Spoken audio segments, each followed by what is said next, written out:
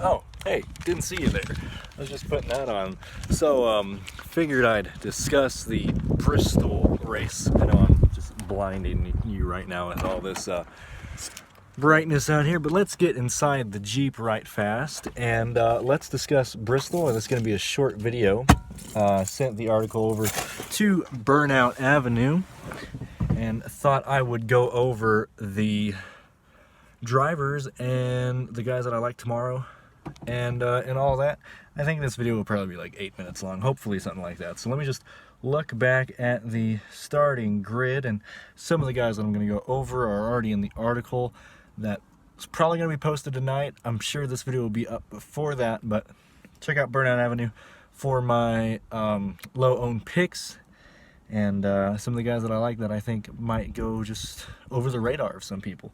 But starting at the bottom, if you look at Ross Chastain, Quinn Hoff, Timmy Hill, Bailey Curry, Greg Alding, Corey LaJoie, and Landon Castle, man, those guys are slackers, dead last. People I don't even care about. Well, I mean, I like them as people, but I am certainly not picking them for DFS purposes. So, starting with Ryan Preece at 30, or starting 30th. I don't know what to think of Ryan Preece. I think he's had a lot of success here in the past. I know he has a good head on his shoulders, and I think he can get away with a top 20 finish. We just need it to go right for him today. Not interested in Matt Tiff, Bubba Wallace. RPM is going under. I mean, Richard Petty Motorsports. I mean, hell, it's not even Richard Petty Motorsports. Petty Enterprises was Richard Petty's team. RPM right now is just using Richard Petty's name pretty much. He doesn't really have that much of a stake in the company. But either way, RPM is going under. And if they do not win, if they do not turn it around, there will be no more Richard Petty Motorsports. So, Bubba Wallace either needs to get good, win, or he's going to be finding another job, and a lot of other people are going to be finding other jobs. Probably before this year is even over. So I'm hopping on that Bubba Wallace train, just praying that you're going to do something. I know you can, Bubba. I like you. You got this. Turn it around for him, you know? But DFS purposes, I love Bubba Wallace because it's go big or go home time for him. Kurt Busch is going to be chalk. Daniel Hemrick, I think Hemrick's going to be lower owned than usual. A lot of people are going to be scared. I mean, Hemrick is just an interesting position. Same with Ty Dillon. They're starting so far up from where you would want them. I mean, Hemrick is 26th, Dillon is 24th, and Chris Buescher is right in the middle. I think those guys, including Preece as well, you need them to finish top 20 to beat any importance. And the way that the pricing is this weekend, a lot of the top expensive guys at the very top, like Kyle Busch, Kevin Harvick, those guys, it doesn't give you a whole lot of leeway. The way you're going to get diversity in your lineups is by getting some guys that are 8,000, 9,000. I think that's where a lot of the lower-owned guys are going to be, and that's where you have to go to be different. And I honestly think this is a race that you could not take a lot of the big-name drivers. I don't know how many lineups I'm going to do, seeing how I'm not at my usual place to make lineups. I'm not sure how many I'm going to do. It'll at least be 2. I probably won't post a picture of the drivers that I'm picking this time around just because it's not really that important. Usually I like doing that when I have like 7 lineups to do. I'm not expecting to have like that many lineups. It might just be 2 or 3 tomorrow. So like Chris Buescher, Ty Dillon, a lot of those guys, Dave Reagan, use those as you may. Don't even worry about them. Worry about the guys that are like $8,000, $9,000, because a lot of people can't afford multiple one of those. And if you just make a lineup with 8,000, 9,000 people, you're going to be by yourself. You're going to be on an island. Race for the Prize was talking about that in his podcast. I don't think he had any big name guys in one of his optimal lineups, and it looks pretty appealing, not going to lie. Looks pretty appealing. We'll see how it goes. Truex starting 23rd, going to be owned, but yet again, he's stupid expensive. And if you pick him and another highly owned guy, you're really fishing at the $6,000 range there. Matt DiBenedetto, I like Matt based on his track history and based on his long run speed. Really, really good long run speed. I like Daniel Suarez too, based on long run speed a lot. For some reason, people just don't like picking Daniel Suarez. I don't know, man. He's not that bad of a driver, honestly, and he's in good equipment. I don't see a reason why you wouldn't want Daniel Suarez there. Ricky Stenhouse, This isn't Texas. This isn't Las Vegas. I don't know how well Stenhouse is going to do here. I got to see just where I line up with my lineup. So I probably won't use Stenhouse this weekend. And I don't think a lot of people are. Use him if you want to be by yourself on an island. I think he'll probably be like 10% owned, but I don't think he can finish any farther than like 18th, and he's starting 19th, you know, so it's not going to be that good for him. Kyle Busch, the highest owned guy here, and only due to that fact, I think he's going to be a bit lower owned than usual. Same with Kevin Harvick. I know Harvick starts 13th, and we're talking about Kyle Busch right now at 17th, but both those guys, Harvick hasn't shown the speed this year, and that's lowering his ownership. Kyle Busch hasn't shown the speed this week at Bristol, and with that and being the most expensive driver, I think that's going to lower his price as well. As I wrote in the article, I expected Christopher Bell to be low owned compared to how he usually is. Usually he's like 50% owned. He was 36% owned in the Xfinity race, and he won the freaking race, guys. Like, if you can get that big of a discount percentage-wise on the field, why not do it? I think that's going to be the same thing that happens with Kyle Busch, and I like Kyle Busch. I like Austin Dillon as well as someone who usually doesn't go the Dillon route. I think a lot of people are going to be scared of using Dillon here, and he's showing speed, but he always shows speed in practice, and he usually doesn't keep that up in the race, so we'll just have to see where it goes there. And then you got Alex Bowman, Kevin Harvick, Keselowski. Alex Bowman, I don't see a whole lot of need for Alex Bowman. You can find other guys to use in his price range.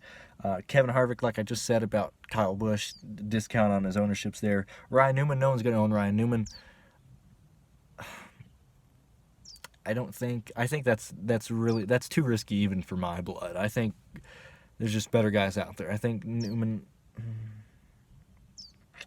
a good roadblock, man, but at Bristol, that roadblock can cause a wreck, and if you have Newman and he wrecks, you are screwed. And then Jimmy Johnson, love Jimmy Johnson this weekend. A lot of people don't like Jimmy Johnson. They think he's washed up. I certainly don't think he's washed up. So good long run speed, good practice speed, low ownership. I like Jimmy Johnson.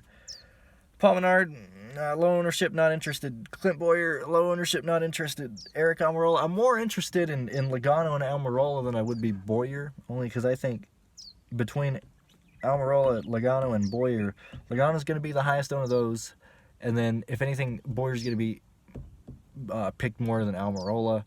If I'm going to go with either one of those three, it's going to be Almirola just because of that reason. I don't care if he's starting 6th. I like him. Denny Hamlin, that SOB is having a great season. I don't like Denny Hamlin as a person. I think he's a pretty big bust, and I know I'm saying that a year that he's won the 500 and last week, but man, Denny Hamlin has been so disappointing as a driver in his career. I don't like him.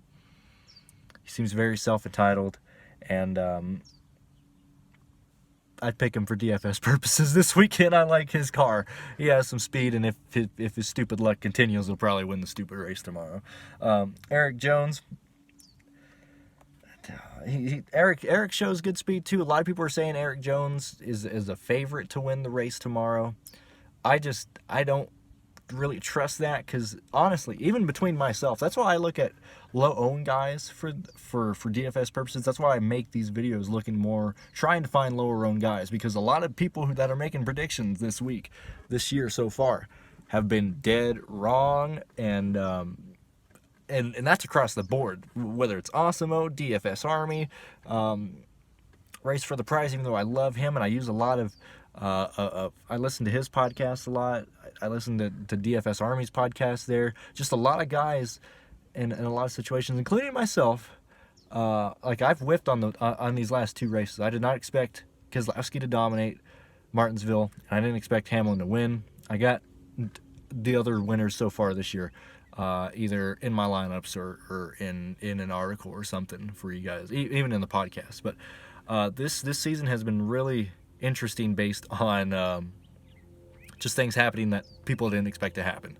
So I'm not too keen on following a favorite right now when favorites have not been really, really good. Blaney, I think if anyone's going to lead a lot of laps, it's going to be Chase Elliott and Blaney.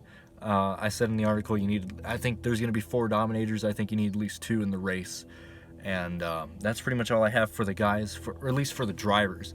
Now for the race, I expect at least 12 DNFs. I think it's going to be a horrible race. And people are saying that Texas was a good race. Texas was not a good race, guys. That was the Aero Push 500. People are just getting tight. That's not racing.